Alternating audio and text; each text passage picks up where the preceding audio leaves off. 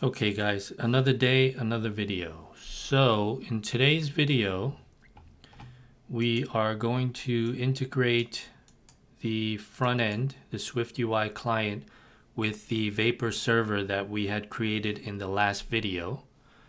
And if you take a look at this,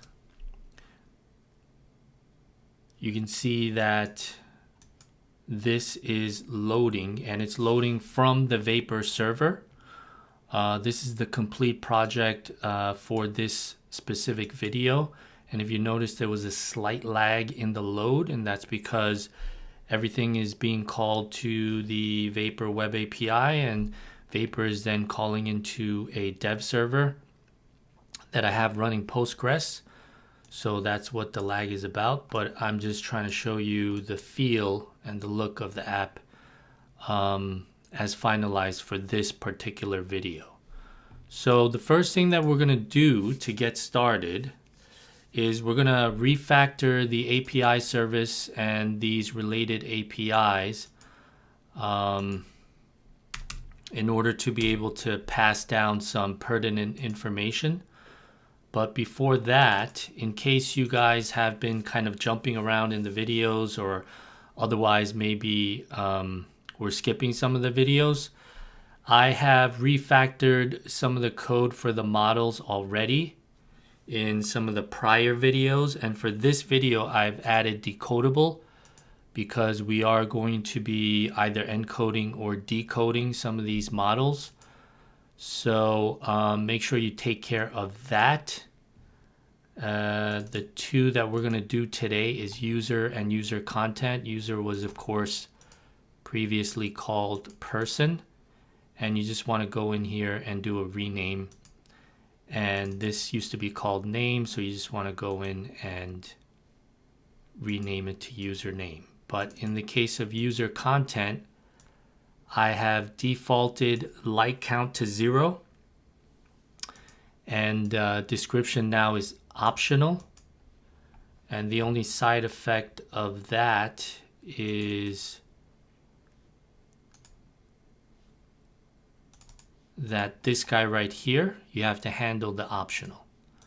So just go ahead, make sure you take care of those things first, and then let's get started. Okay, so if you recall from the prior set of videos, we had created this API service layer with the sub APIs per each model.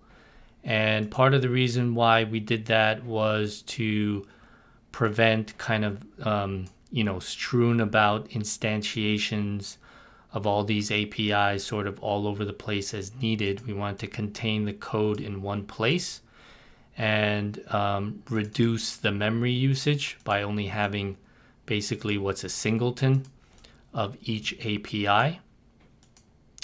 So, and then of course have this separate layer of code where everything is in one place, so it's more easy to refactor should a change be needed, which is exactly the current situation. We want to get rid of all of these hard-coded values instances in here, and then replace them with calls to the Vapor server, right? So it's definitely very helpful to have everything, all the code related to that in one place. So the only thing is, I want to get rid of these static references. Static is difficult to test with, and I want to start feeding data to these guys in order to have certain fields that each one of them will be sharing or using. And I want to have only one instance of those fields and then just shared across each of these API. So I want to get rid of the static in order to do all of this stuff.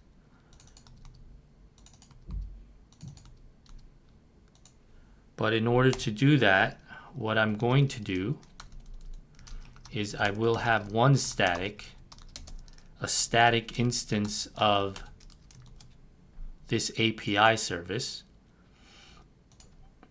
And in order to do that properly, I'm going to make the initializer private So nobody can initialize this other than, this class itself. So now I have guaranteed only a single instance of this API service, and therefore I can get rid of all the static fields that we had before and still end up with only one instance of each sub API. Now, the data that I want to share is going to make sense here. So this is going to be the root URL for our local domain. Obviously, this is the local host IP address.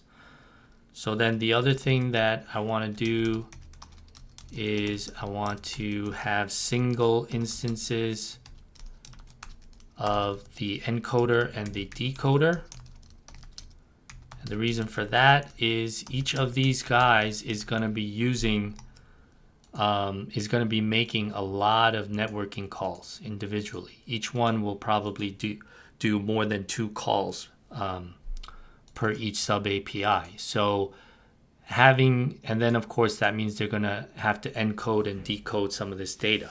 So instead of having multiple instances inside of each of these calls or even inside each of these sub API, I'll just have one set and then I'll just pass them down through the constructors, through the initializers.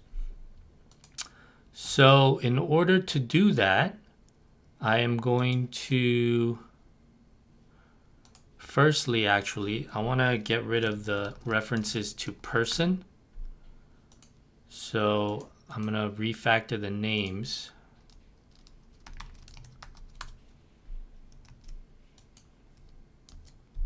Let's just do a quick recompile.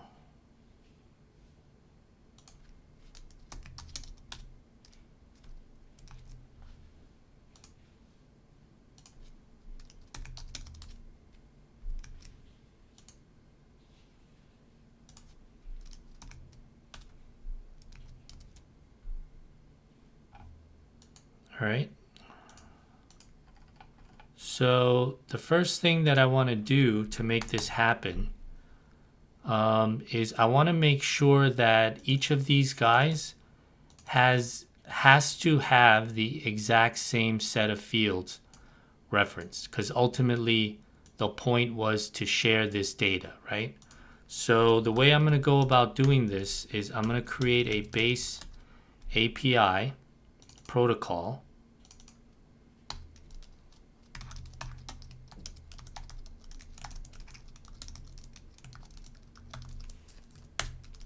And it's just going to have a reproduction of all of these guys in there, the 3 necessary fields. And then anything that inherits from this base API must then have these 3 fields, right? So we'll start with this guy right here. We're going to inherit from that base API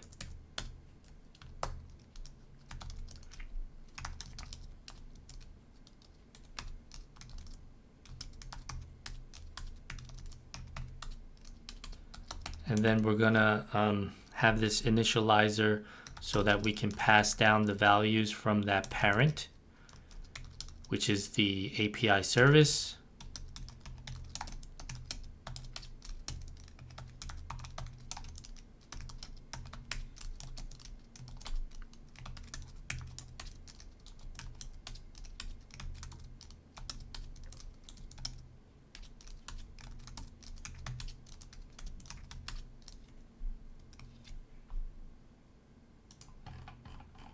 And then we need to pass that in.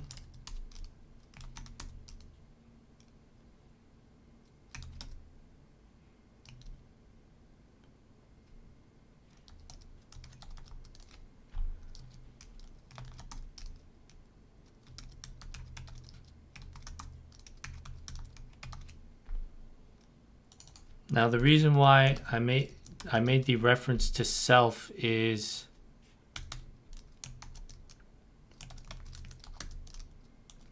I want to make these calls whoops, lazy.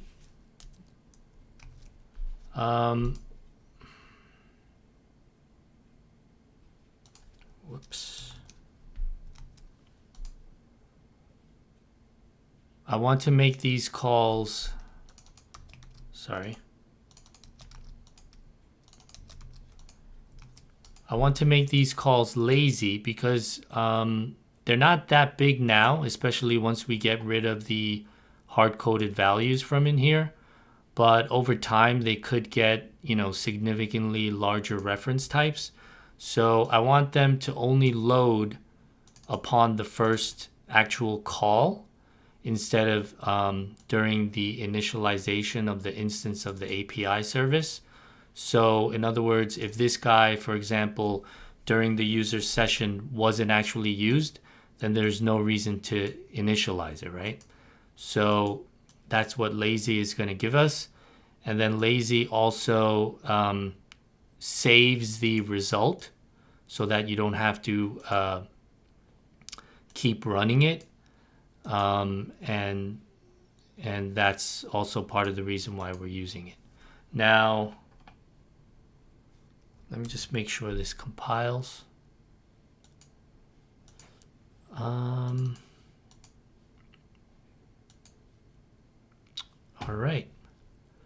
So we're okay there. So now we're going to go in here to the user API and we're going to start adding our network calls. Now, in the case of the user API, I do not want to get rid of this hard-coded data because we haven't built out our authentication system yet. And so we still need to randomly select a user to pretend that they're currently logged in. And, we'll get rid of this in future videos by adding the JWT token-based authentication system. But for now, while we don't have it, I'll just leave that in place. We just have to make sure that our IDs line up whenever, some sort of matching has to happen. But we'll just keep that in mind. So the first thing that we want to do when we're making a network call is we want to create the URL itself. And then this is where that domain root field is going to be useful. So we don't have to keep, typing out HTTP : blah, blah, blah. And then we use an instance of the URLSession. And in this case, we have no data to be passing into the call. So we're not going to use an upload task.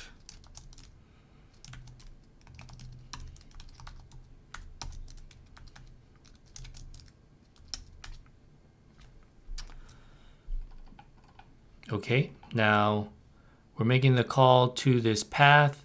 We're going to get back some data and potentially an error. This is some response, basically metadata about the call. So in the case that the data comes back, we have to make sure that there's actual data in there. So we're going to print a message if it's empty. And then in this guard statement, it's just checking if it is nil. If it's not nil, we'll be able to reuse this variable down here. But if it is nil, it'll enter this code and completely exit out of this call and therefore out of this call. So here we have to make a call to our encoder, our decoder, right? Because we're going from JSON to the actual static type, which in this case is going to be user. And then we're getting it off of the data. This is the payload that's coming back from this call. Now, this is the type that is being referenced here as opposed to an instance. So that's what this is about. But you see here that we have this error, invalid conversion from throwing function of type. So all this means is that we did not indicate that this function is going to throw. So we're not allowed to actually throw inside of this function. So what we have to do is we have to wrap this call inside of a do catch, which is just like a try catch in other languages. And then in here, we'll just print out that this attempt to decode the data has failed. Now these users are the users that we're following, or this currently logged in user is following. So I'm going to name it following users for the field. So basically, because we're not having a parameter list or anything like that, this call is pretty simple and clean. But we have one issue, which is that this is an asynchronous call. So there is nothing to return because this thing will complete on its own time, irrespective of when this synchronous function returns.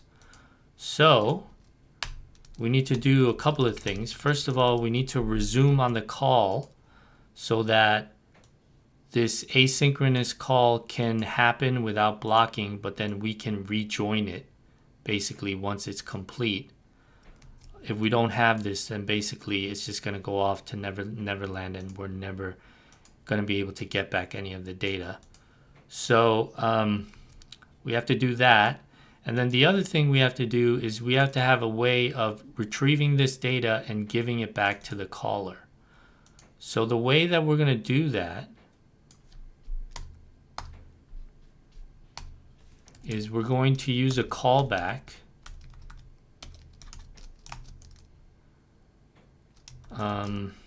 And the callback is going to return null. Following users. And of course it's going to be an array of users. And we're going to use that to pass in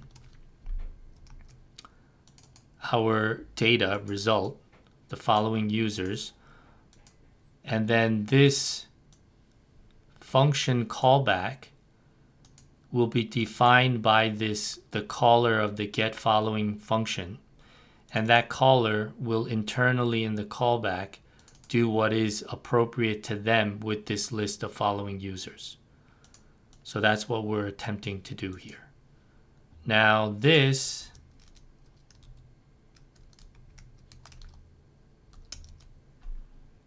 error is complaining because this closure may run after the core function itself has returned.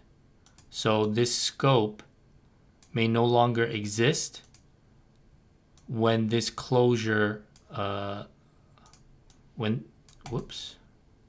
this closure actually starts running. So by escaping it, the compiler is giving it an additional lifetime beyond the function itself. All right, so this is going to fail because the caller is expecting something, right? But what is this here? Yeah, no parameters. Okay. So I just want to quickly take a look at this.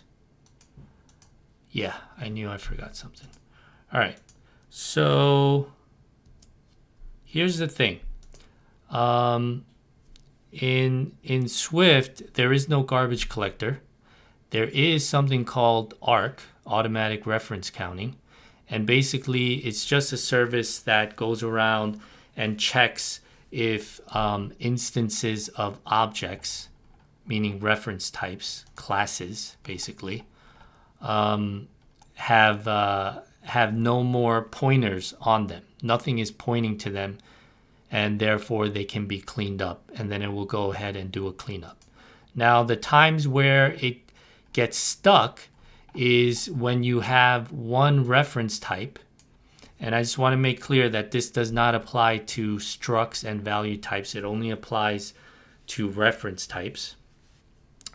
But when one reference type is pointing to another reference type, and that reference type is pointing back to the original reference type, in that case, the runtime is not going to know what to do with that scenario because it doesn't know which one it can safely delete first.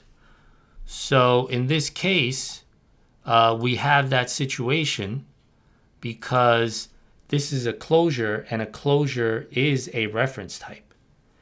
Now, the closure is being referenced by the parent instance, and the parent instance right here is being referenced by the closure. And again, the closure has a different lifetime from the parent. So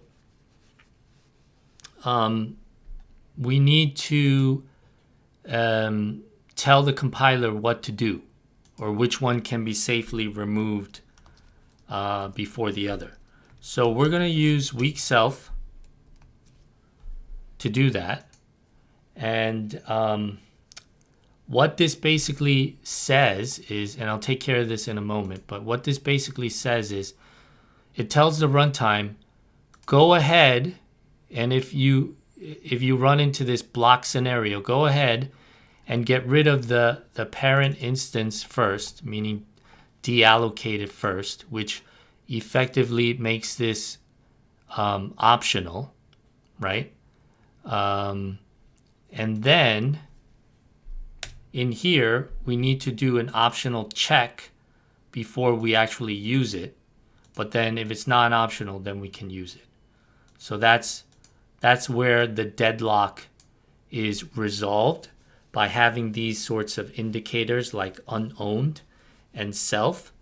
But in the case of unowned, you're certain that the other reference will never be optional, and that's what unowned indicates. But weak indicates that it could be optional, and therefore you need to deal with it, and that's what this error is about. So the way that we're going to deal with it is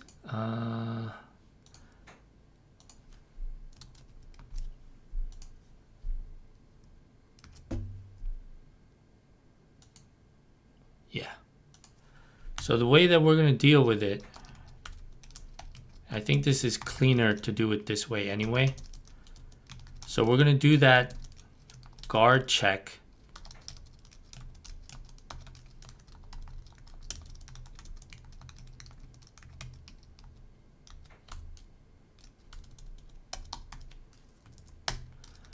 So if this is nil, it's just going to drop out. It's not going to do this call at all.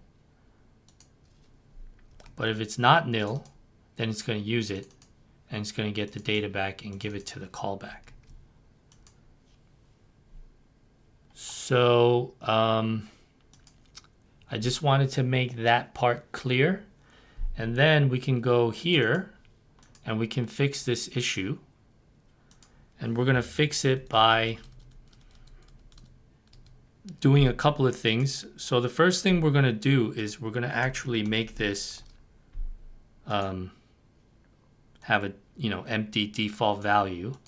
And the reason for that is before we can use self, and I'll show you in a moment how we're going to use self, but before we can use self anywhere, all of the fields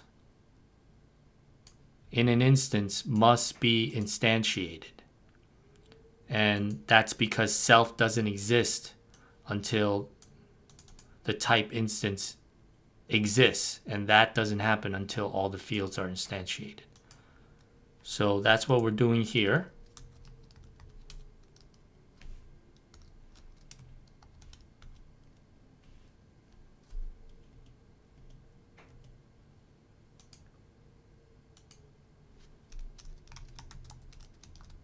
So this is where we're using the self. We want to indicate that we're talking about the following member of this instance of store, right?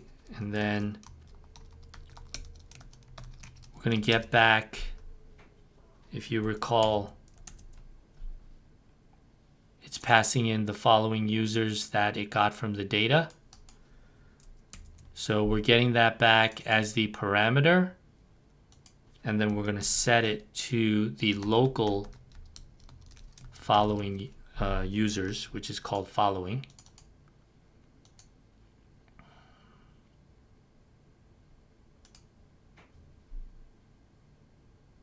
Okay, that was just a delay in the compiler or the IntelliSense. So again, this usage requires that all the fields are instantiated. So that's why I went ahead and set this to a default value. This doesn't need it because it's optional anyway. And then we used our callback, which is this guy right here. So in this case as well, because we are using the self instance,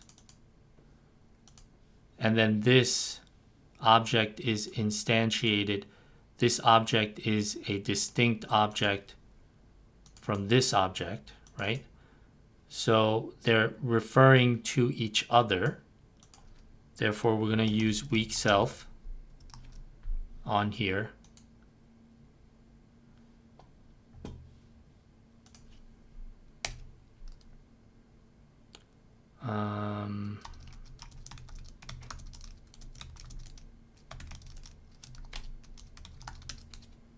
Just going to save time and return it. So I'm guarding that, since we're using weak self, it's optional, so I'm guarding that it's not nil. If it's not nil, I'm just going to use it and set it appropriately. Again, these things, the usage of this stuff depends on which one, on if the lifetimes are not the same, meaning one can be deallocated before the other. In that case, if you don't use this, you'll end up with a block scenario where the memory cannot be cleared. So you as the developer need to indicate which one can go first. And in this case, we're indicating that the parent self can go first. And then because of that, we are checking that it hasn't already deallocated. And then if it hasn't, then we're going to go ahead and, use it. There is one more thing that I wanted to say about this situation. Yeah.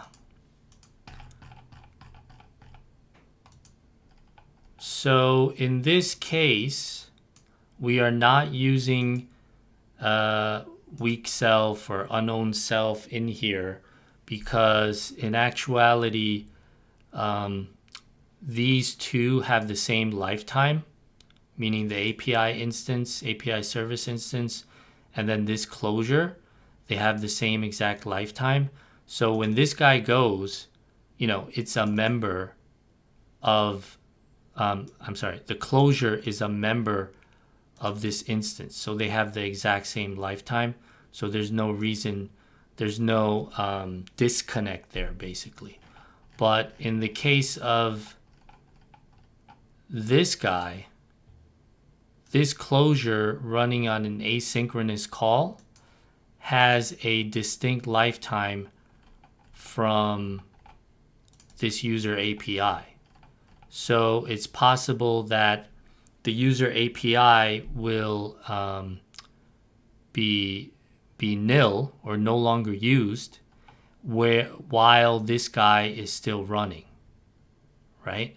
So if we hadn't made this prefix call in here, this guy still running means that it is keeping this reference alive, right? It's keeping it alive and preventing the ARC system from deallocating it. but by using weak self, it can go ahead and do the deallocation if this thing is no longer referenced by anything else. And still, this code will not blow up, and it will not cause a memory leak. Now, then you might think, well, what if I need to do something in here and, it's not going to happen? In reality, that's not going to happen because this is necessary to the working of the application. So it will be alive still when this thing is running, because if this thing has been set to nil or deallocated or whatever, basically the app is not in a working state. So we don't really need to worry about that. We're just having this here as a precaution more than anything else, because the code, even with this, does compile, right? So, and it's the same case with this guy as well. Even if this was set to nil and therefore this never set, it doesn't matter, right? Because if this store, the global store for the entire app, is gone, then, what would be the point of setting this anyway, right? We're just sort of being good programming citizens by trying to prevent any potential memory leaks from occurring. All right, so if we were to run this code,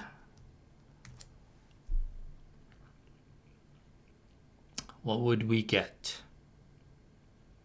Actually, sorry.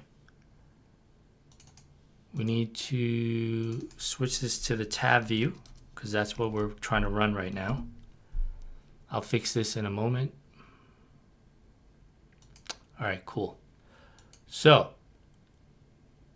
all of the following users, meaning the people that I'm following, have now loaded off of the Vapor server and therefore the database. That's why all the thumbnails are visible, right? And then all of this extra descriptive data is visible.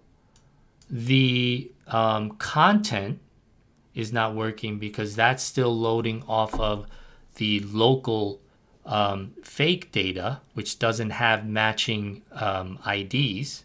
So we're going to fix that by updating the calls to be to Vapor.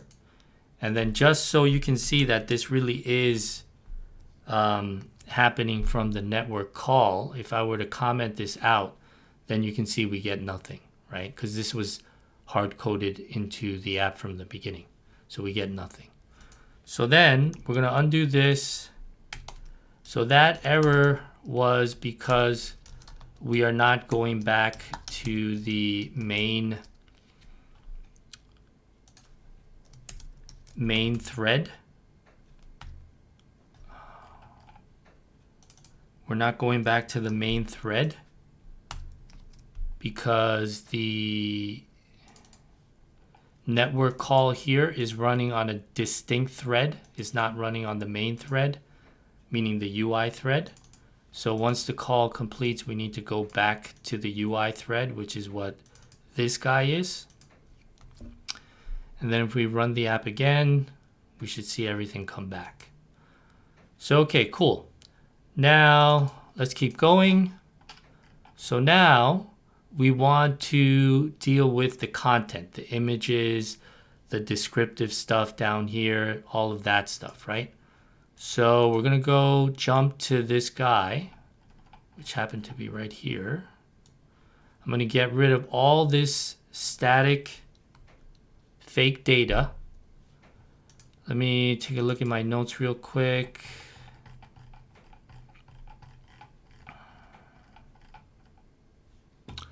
Yeah, so I am just going to copy and paste this to save time. And then we need to inherit from our base API. So again, by doing that, I'm forcing this guy to give me or to have all of these fields so that I can pass them in and reuse the singular instances. Now, in this case, the call will be very similar, but it will also be slightly different because we do have a set of parameters that we're going to use. So just like before, we do need the URL.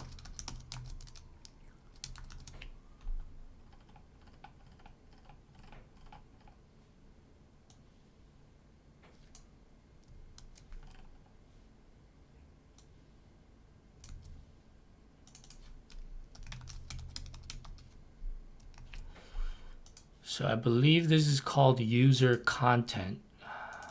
Yep. So the subdomain is user content. So you have the root domain and then the subdomain. The sub of the domain, sub URL of the domain, sorry. So then, because we're going to pass in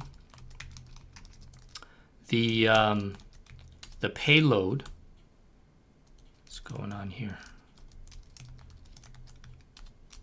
Since we're going to pass in the payload, I want to tell the request a few things about what I'm sending over and what I expect. So one of them is that this will be a JSON call. So that's one thing I want to tell it. The other thing that I want to tell it is I'm making a post request, right? Now I want to additionally get the parameter payload that I'm going to be sending over. So this list of owners, which means the people that this current logged in user is following. So that's what this represents.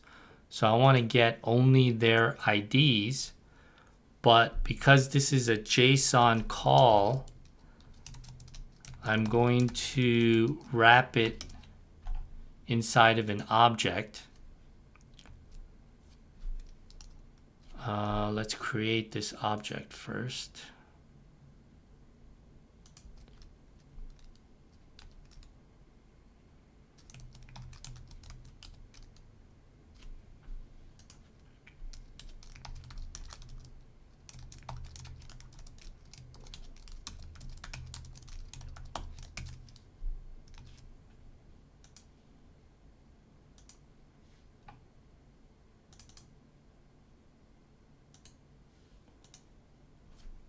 So I'm going to return for each instance of the ID. I'm going to return a user ID.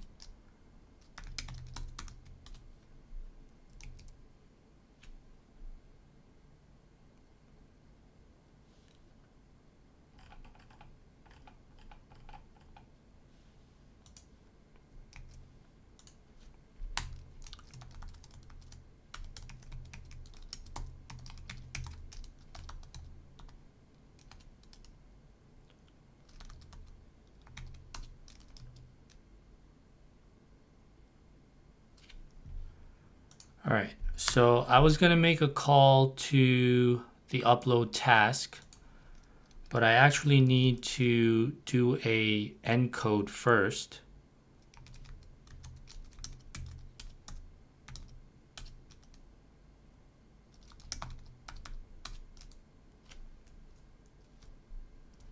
And we don't need the type information because an encode converts to JSON. However, because this is a try again, and we're not allowing throws in this function, we're going to wrap it inside another do catch.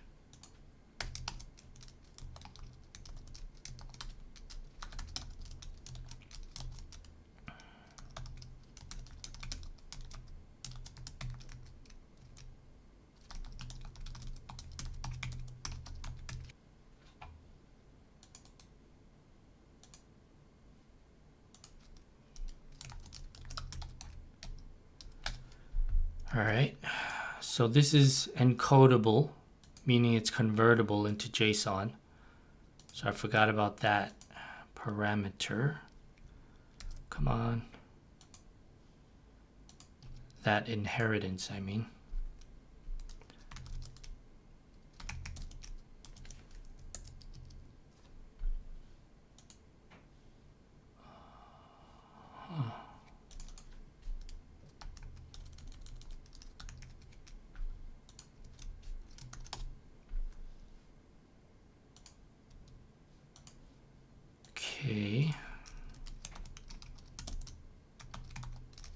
So same stuff here.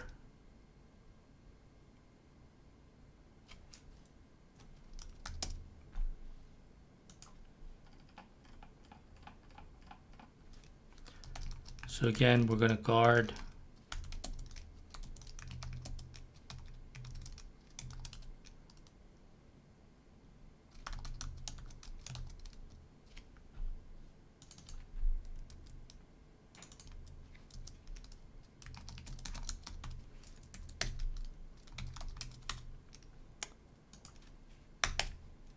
all right, and we're going to get another, assuming that this has some data.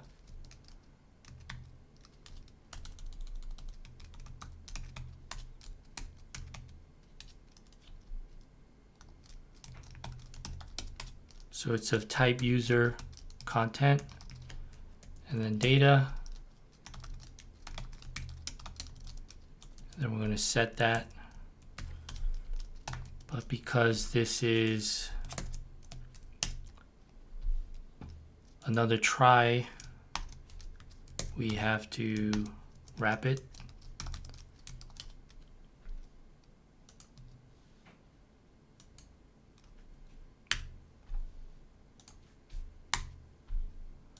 So this thing will also have its own callback.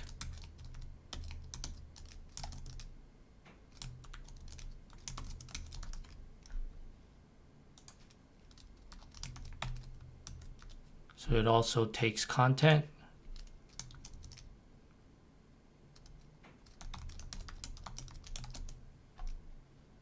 And it is also escaping.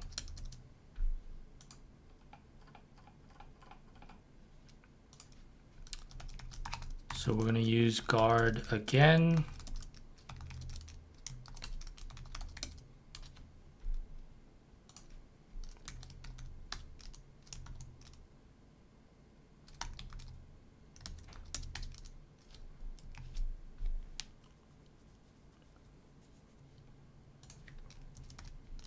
It's because we forgot the weak self.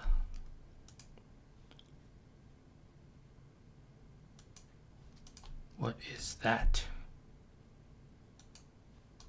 Okay, before I take care of these errors, let's go back in here.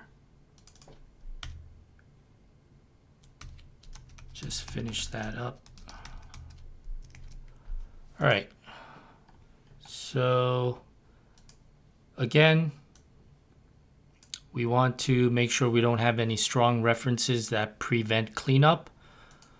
We want to check, since we used weak, that this is non-nil, and then we go ahead and do our thing and then pass our data to the caller.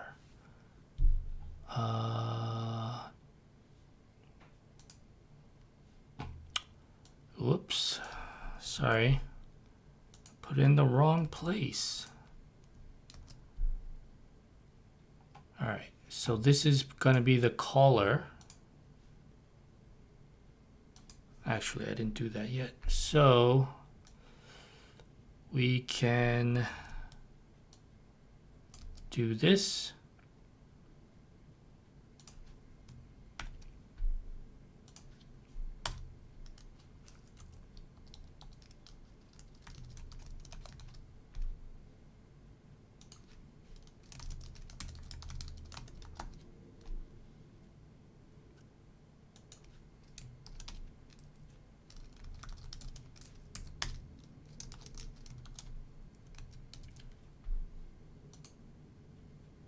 Okay, so I took care of that. Yep, so this is the caller. And then again, we're going to get rid of the set because it doesn't make sense there. And then because it's a callback that is on the end, we can use the special syntax for that. And then we content, so content.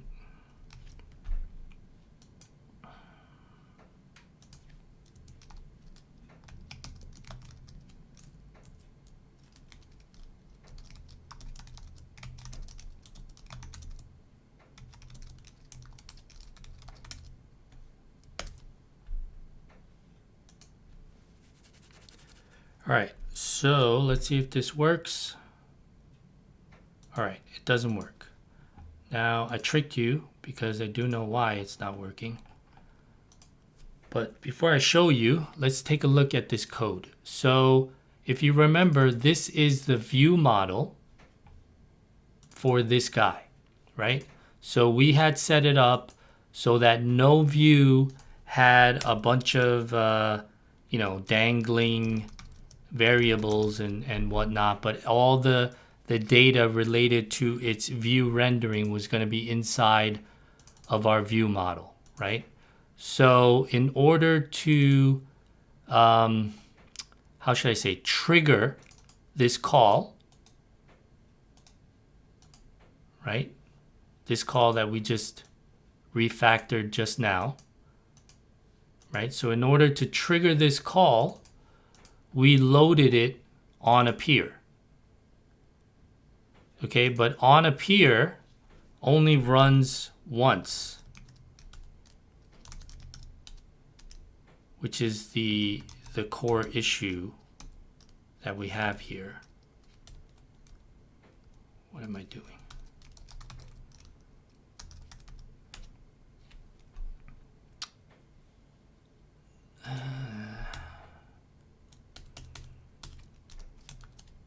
Okay, so that means,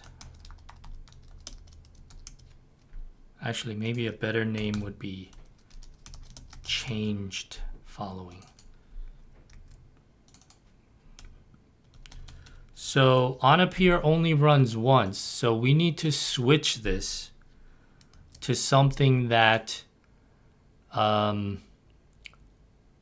handles changes, handles updates to a particular field value. So in our case, we care about this guy, right? So what's going on here is when this guy changes, this, what is essentially a callback, is going to be called with the new value, okay? And that new value can be worked with, passed down, whatever the case may be. Now, in the case of the on appear, this following list, the people that the currently logged in user is following, was being updated after the view appeared. I'll deal with this error in just a moment, but it was being updated after the view appeared. So it was being updated after on appear was called, and therefore, the correct set of data wasn't being passed in. So this thing couldn't set anything at all because it didn't have a correct list, right? If you recall, we made following default to an empty array. So that's probably what it was passing down. So in this case, anytime that this changes, this guy will run and then update the content of these owners. So I just want to make that clear. Now, what's going on here is that the set of users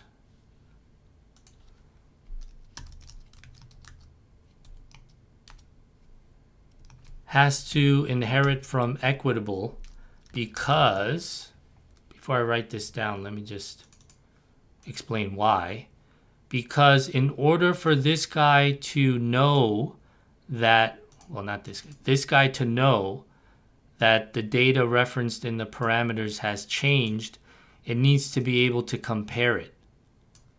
So whatever the prior data was, it needs to compare it to the latest data, right? And in order to compare it, it needs to know what a successful compare is.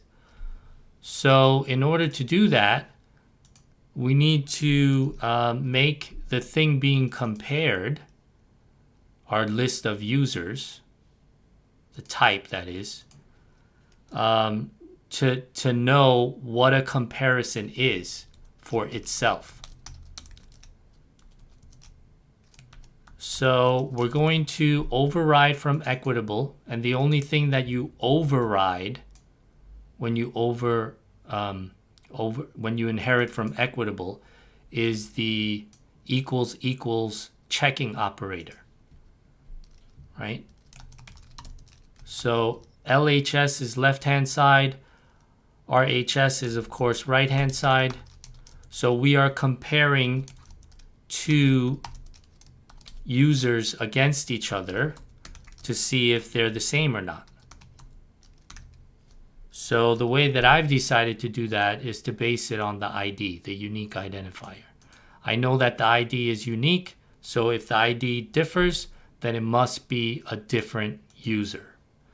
So now if I go back in here, and my IntelliSense is always slow, but a forced recompile shows that everything compiles, and hopefully it works this time.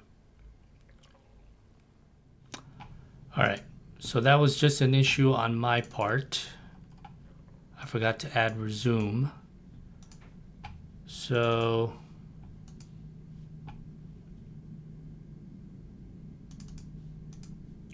before I run it, I'm gonna put it onto the main thread again.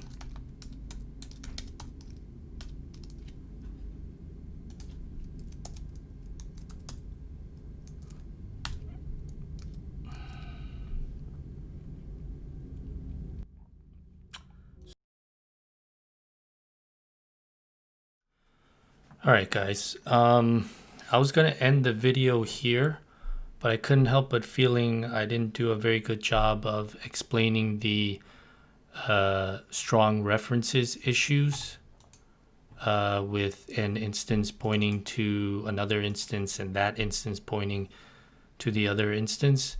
So what I went ahead and did is I've made this an optional, and I've made this, or I've updated this so that when it does get deinitialized, this guy will run, and then I have the user API instance be set to nil at the very end. And I have the call here to the closure to finish by indicating that it has ended. So if we run this code,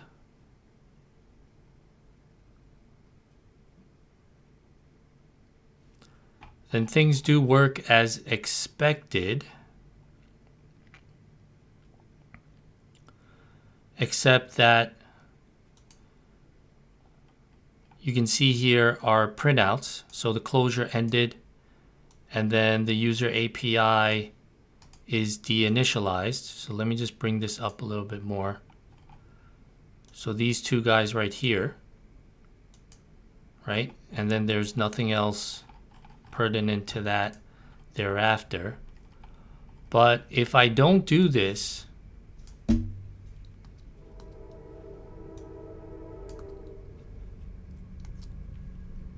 and I just run without telling the runtime, which one can be deallocated first, what's going to happen is that the closure will complete. And I just want to be clear, this doesn't mean the closure is deallocated right here, because technically, even at this level, it's not truly ended until this goes out of scope, right? So this is just before it goes completely out of scope. So this does run, but if you notice, there's no user API dinit anywhere, right? So again, that is because we did not indicate to the runtime which one could be deallocated first in the scenario where they both point to each other. So technically, both of these guys are still alive because they're both still pointing to each other. So again, if I bring it back,